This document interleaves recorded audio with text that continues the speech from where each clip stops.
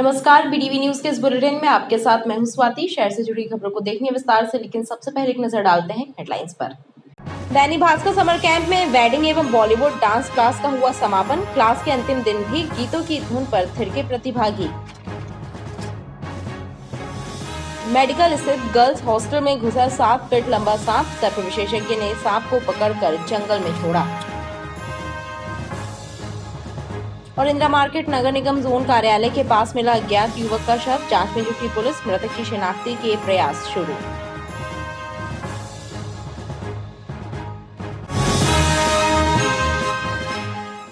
महाराणा प्रतापगढ़ धनवंतरी नगर का खेल मैदान और सामुदायिक भवन एक निजी कंपनी का डंपिंग स्टेशन बन गया है। पिछले 5-6 वर्षों से लोग परेशान हैं। सार्वजनिक संपत्ति का कमर्शियल उपयोग क्यों किया जा रहा है, इस बात का जवाब कोई अधिकारी देने तैयार नहीं है। धनवंतरी नगर के खेल मैदान का उपयोग सीवर लाइन का ठेकेदार अपने व्यवसायिक लाभ के लिए कर रहा है। खेल मैदान का उपयोग जनता नहीं कर पा रही है। पिछले 5-6 वर्षों से खेल मैदान और सामुदायिक भवन को डंपिंग स्टेशन में तब्दील कर दिया गया है। खेल मैदान के आसपास लगे बड़े बड़े पेड़ों को बिना अनुमति लिए काट दिया गया है, जिसके चलते लोग परेशान हैं। खास बात यह है कि सार्वजनिक संपत्ति के व्यावसायिक उपयोग की अनुमति भी शासन प्रशासन से नहीं ली गई। महाराणा प्रतापगढ़ स्थित सामुदायिक भवन धनवंतरी नगर में यह खेल का मैदान हुआ करता था, जहां शाम को बच्चे खेला करते थे, बुजुर्ग टहला करते थे और रात्रि में महिलाएं भी यहां भोजन से निवृत्त होकर यहां टहलने का काम करती थीं। और सैकड़ों की संख्या में यहां हरे भरे वृक्ष यहां लगे हुए थे। आज यहाँ पर जब से सीवर का काम प्रारंभ हुआ है, लगभग 15 वर्षों से, आज यहाँ आप देखिए पेड़ ना के बराबर बचे हैं। पेड़ भी सारे काट दिए गए हैं और यह खेल के मैदान की जो दुर्दशा करी गई है वो तो पूछिए ही मत। इस ग्राउंड में ये कहा ही नहीं जा सकता कि ये कभी खेल का मैदान रहा होगा या यहाँ कभी बच्चे खेला करते होंगे। सवाल यह उठ रहा है कि अब यदि सीवर लाइन का कार्य अगले 10 वर्षों तक चलता रहेगा तो क्या बच्चों और बुजुर्गों को खेल मैदान से दूरी बनाए रखना पड़ेगी? सामाजिक गतिविधियां भी कब तक रुकी रहेंगी? जिम्मेदार अधिकारियों को इस ओर ध्यान जरूर देना चाहिए। और यदि बिना अनुमति खेल मैदान का व्यावसायिक उपयोग हो रहा है तो इस पर क्या कार्यवाही होगी? दैनिक भास्कर समर कैंप में चल रही वेडिंग और बॉलीवुड डांस की क्लास का रविवार को समापन हो गया। समर कैंप में डांस की प्रैक्टिस कर परफेक्ट हो चुके प्रतिभागियों का कहना है कि दैनिक भास्कर समर कैंप में उनको काफी कुछ सीखने को मिला और सभी पार्टिसिपेंट्स भी एक परिवार के सदस्यों की तरह घुल मिल गए हैं। दैनिक भास्कर समर कैंप में आयोजित वेडिंग और बॉलीवुड मिक्स की क्लास के अंतिम दिन भी प्रतिभागी गीतों की धुन पर थिरकते नजर आए। उन्होंने अभी तक सिखाए गए डांस फॉर्म की जमकर प्रैक्टिस की। उनका कहना था कि भास्कर समर कैंप की खास बात यह है कि इसमें नई नई विधाओं को कुशल प्रशिक्षकों के मार्गदर्शन में सीखने को मिलता है।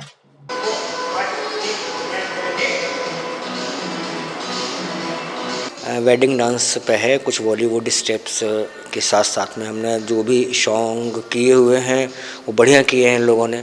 जैसे कि फर्स्ट सॉन्ग किया था तेरी बातों में, फिर आपके आ जाने से, और कुछ कल भांगड़ा के स्टेप्स वगैरह सिखाए थे। भांगड़ा के स्टेप्स का भी रिवीजन बहुत अच्छे से किया इन लोगों ने। एट ऑल मतलब जो एक फैमिली फंक्शन के हिसाब से एक पैकेज होता है, लगभग कंप्लीट और बहुत अच्छे से इन लोगों ने किया हुआ है। आज समर कैंप का आखिरी दिन है और बहुत उत्साह के साथ फिर से रिवीजन कर रहे हैं हम एक चीज़ का कि कम से कम परफेक्शन के साथ हर चीज़ याद होती जाए। हाँ, आज हमारा आखिरी दिन है और हमने बॉलीवुड डांस और वेडिंग डांस सीखा है और सर ने बहुत अच्छे से सिखाया है। पूरा बेसिक स्टेप से स्टार्ट करके एक एक कहाँ ख़त्म करना है, कैसे शुरू करना है, और बहुत फ्रेंडली, बहुत अच्छे से सिखाया है हमने। कैसा लग रहा है? बहुत अच्छा लग रहा है। ऐसा लग नहीं रहा है कि ख़त्म होने वाला है। हम तो सर को बोले और बढ़ा दीजिए आप, मज़ा आ रहा है करने में। जी, मैं समर कैंप में बॉलीवुड वेडिंग डांस में मैंने पार्टिसिपेट किया था और इन्होंने बहुत अच्छे से सिखाया। स्वप्निल सर ने हमें बहुत बेसिक स्टेप से स्टार्ट किया था। ये 8 दिन की क्लासेस थी, तो 8 दिन में हमने बेसिक से हार्ड की और गए और हम उन्होंने बहुत अच्छे से सीखा है, सबकी ग्रोथ दिख रही है। आज लास्ट डे है तो हम लोग प्रैक्टिस कर रहे, रिवीजन कर रहे हैं। बहुत अच्छा सिखाया है सर ने, थैंक यू दैनिक भास्कर। क्या सीखा आपने? हमने आपके आ जाने से सॉन्ग में सिंपल स्टेप से सीखना शुरू किया था, फिर हमने तेरी बातों में उलझा दिया सॉन्ग में भांगड़ा सीखा हमने।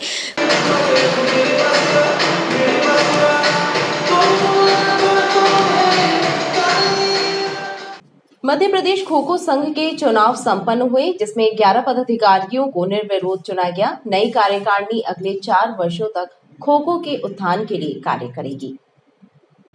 मध्य प्रदेश खो खो संघ का अगले 4 वर्षों के लिए चुनाव संपन्न हुआ, जिसमें पंकज शुक्ला को अध्यक्ष एवं संजय यादव को सचिव एवं जय पोद्दार को कोषाध्यक्ष बनाया गया है। कुल 11 पदाधिकारियों की नई कार्यकारिणी गठित की गई है।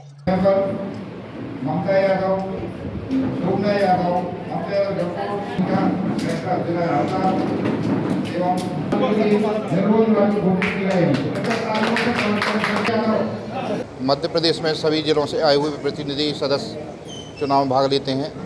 इसका निर्धारित कार्यक्रम जारी होने के बाद इसके निर्धारित कार्यक्रम में नामांकन प्राप्त होते हैं। नामांकन प्राप्त होने के बाद उसकी जांच की जाती है, वापसी होती है और फिर घोषणा होती है। अगर एक के विरोध में दूसरे 2 हो जाए, 3 हो जाए तो उसके मतदान की प्रक्रिया चालू होती है, मतदान होती है, वोटिंग होती है।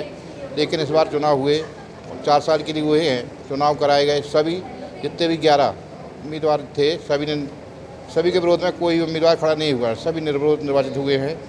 अध्यक्ष के लिए 1, 2 उपाध्यक्ष हुए हैं, 2 जॉइंट सेक्रेटरी हुए हैं, 1 कोषाध्यक्ष और 4 कार्यकारी सदस्य 4 साल के लिए निर्वाचित घोषित किए गए हैं। मध्य प्रदेश खो खो संघ के समस्त जिला के सचिव अध्यक्ष द्वारा आज हम लोगों को मेरे को मध्य प्रदेश खो खो संघ का सचिव दोबारा नियुक्त किया गया है।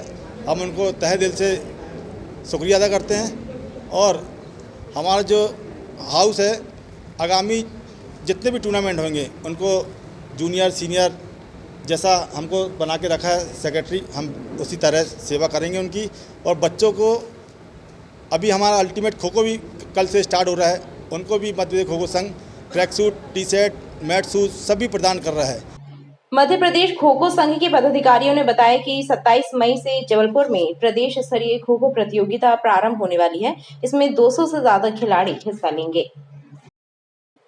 अंधेरदेव के व्यवसायिक क्षेत्र में बीती रात एक भवन में भीषण आग लग गई। इस घटना में नीचे हैंडलूम की दुकानें और ऊपर मकान था। आग लगने से पूरे इलाके में हड़कंप मच गया। खबर लगते ही दमकल कर्मी 4 दमकल वाहनों के साथ मौके पर पहुंचे और आग को काबू में किया। अंधेरदेव के व्यवसायिक क्षेत्र में बीती रात एक 3 मंजिला भवन में भीषण आग लग गई। इस घटना से पूरे इलाके में अफरा तफरी मच गई। भवन के निचले हिस्से में हैंडलूम की दुकानें थी और ऊपरी हिस्से में रहवास था, जिसमें परिवार रहता था। आग लगते ही आसपास के लोगों की मदद से मकान में रह रहे लोगों को बाहर निकाला गया और दमकल विभाग को घटना की जानकारी दी गई, जिसके बाद दमकल विभाग का अमला 4 दमकल वाहनों सहित मौके पर पहुंच गया। देखते ही देखते आग ने विकराल रूप धारण कर लिया। दमकल कर्मियों ने कड़ी मशक्कत से घंटों की मेहनत के बाद आग पर काबू किया। इस दौरान क्षेत्रीय लोग भी बड़ी संख्या में मौके पर एकत्र हो गए। उन्होंने भी आग बुझाने में दमकल कर्मियों की सहायता की।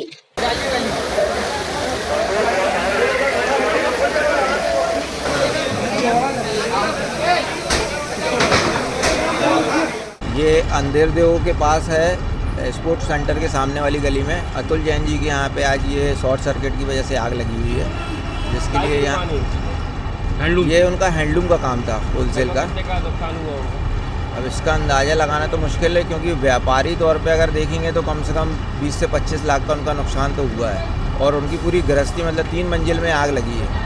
आग लग गई तो हम लोग चूँकि मोटर स्टैंड में रहे तो हम लोग फायर ब्रिगेड में गए और तत्काल अपने सामने गाड़ी रवाना करवाई और हम लोग भूल गए कि एमपीवी जाना।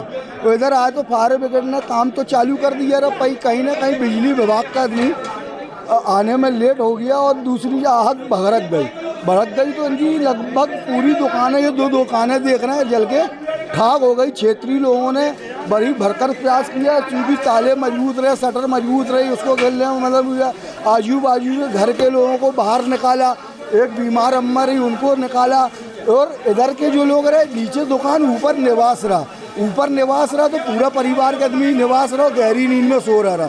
सौरभ जैन ने देखा तो चिल्ला के उनको पूरे छत से निकलवाया। अंधेर देव स्थित राम भरोसे होटल के सामने गली के अंदर हैंडलूम की दुकान, 2 दुकानों में आग लगी हुई है। लगभग अभी हमारी 4 गाड़ियां काम कर रही हैं। बताया जाता है कि आग रात्रि 1 बजे के बाद लगी। भवन से धुआं उठता देख क्षेत्रीय लोगों ने शोर मचाना शुरू किया और फिर स्थानीय लोगों ने दमकल विभाग और विद्युत विभाग को जानकारी दी। लेकिन देखते ही देखते आग ने विकराल रूप धारण कर लिया, जिससे दुकानों में रखा सामान और घर की गृहस्थी का सामान भी जलकर खाक हो गया।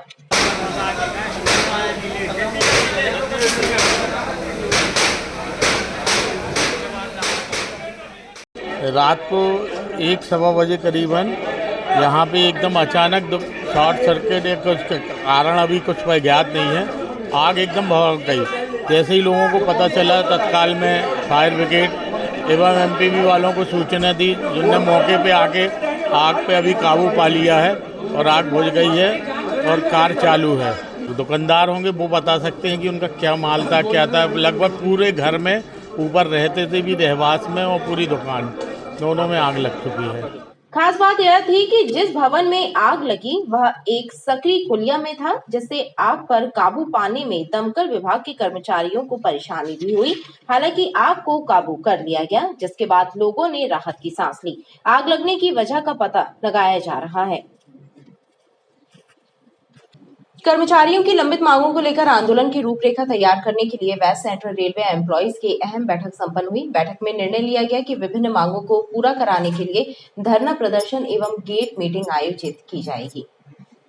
यूनियन के महासचिव रोमेश मिश्रा ने बताया कि संगठन के द्वारा कई बार रेल कर्मियों की मांगों से रेल प्रशासन को अवगत कराने के बावजूद भी उनको पूरा नहीं किया गया, जिससे कर्मचारियों में रोष व्याप्त है।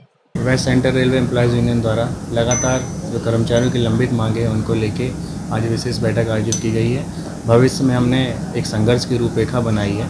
इसमें धरना प्रदर्शन, भूख हड़ताल के आंदोलन किए जाएंगे। ये आंदोलन मुख्य रूप से जो प्रशासन से हमारी बातचीत होती है और जो निर्णय पर नहीं पहुंच पाती या जिन मुद्दों पर सहमति बन जाती है उस पर आवश्यक कार्रवाई नहीं हो पाती, उसके विरोध स्वरूप ये हम आंदोलन करेंगे भविष्य में। और मैं ये भी बताना चाहता हूँ कि आने वाले समय में यदि कर्मचारी के साथ कुछ भी गलत होता है तो वेस्ट सेंट्रल रेलवे एक निर्णायक आंदोलन के आगे उसमें आगे बढ़ रही है।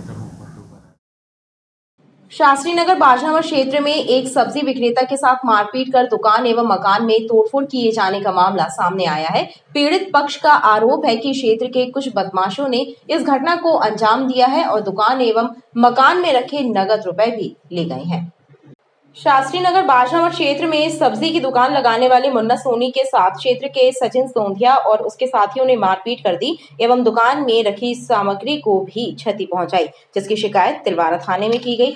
लेकिन रिपोर्ट दर्ज करवाने के बाद दोबारा फिर से बदमाश उसके घर पहुंचे और तोड़फोड़ करते हुए सुनीता सोनी से मारपीट की एवं नगद रुपए भी लूट कर ले गए। ये घटना शास्त्री नगर की है और भैरव नगर की है। पहले ये सचिन सोंधिया नाम का जो व्यक्ति है और उसके साथ अन्य 4-5 उसका लड़का था और 2-3 लड़के और थे। तो ये पहले दुकान जाके पूरी तोड़-फोड़ करी है इनने। फिर उसके बाद हम लोग ने रिपोर्ट लिखवाई है, तो उसके बाद घर आके पूरी तोड़-फोड़ करी है। और जो दुकान में पापा ने हमारे 30,000 का लोन लिया था, तो वो पैसे दुकान से भी ले गए हैं और घर से ये पेटी गायब है। जो घर की रजिस्ट्री करवानी थी तो 1-1.5 लाख रुपए रखा था उस पेटी में, तो वो पेटी भी गायब है। वो पेटी भी गायब है और जो मतलब मम्मी के सोना चांदी के जेवर एवर हैं वो सब गायब हैं।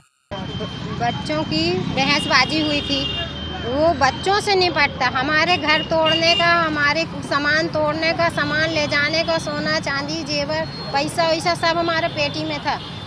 20 लाख की रजिस्ट्री थी हमारी और जो दुकान का पूरा नुकसान हुआ। थैला में 30,000 किस्त लिए थे, उसका पैसा लेके चला गया। सचिन सौदिया, लक्की सौदिया। क्या वजह है कि बात को लेकर? बच्चों की कोई बहस भाई होगी, हमने सुने नहीं, देखे भी नहीं, क्योंकि सुबह 6 बजे से। बच्चे का क्या नाम? रचित सोनी। घटना की जानकारी लगने के बाद मौके पर पुलिस पहुंची और घटना की छानबीन शुरू की। मेडिकल स्थित गर्ल्स हॉस्टल में उस वक्त अफरा तफरी मच गई जब एक सांप हॉस्टल में घुस गया। सर्प को देखते ही छात्रावास की लड़कियां बाहर निकल आईं। वहीं मौके पर पहुंचे सर्प विशेषज्ञ ने सांप को पकड़कर जंगल में छोड़ दिया। मेडिकल के गर्ल्स हॉस्टल में रविवार की सुबह उस वक्त हड़कंप मच गया जब एक 7 फीट लंबा सांप छात्रावास के कमरे में घुस गया। सांप की दहशत से छात्रावासी लड़कियां बाहर निकल आईं।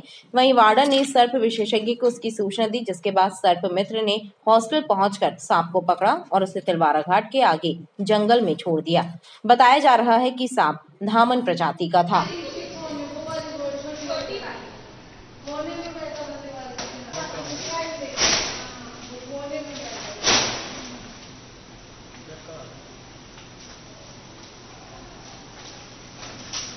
इंदिरा मार्केट स्थित नगर निगम जोन कार्यालय के पास एक अज्ञात व्यक्ति का शव मिलने से सनसनी फैल गई। मृतक की शिनाख्त नहीं हो सकी है, लिहाजा सिविल लाइन पुलिस के द्वारा पतासाजी की जा रही है।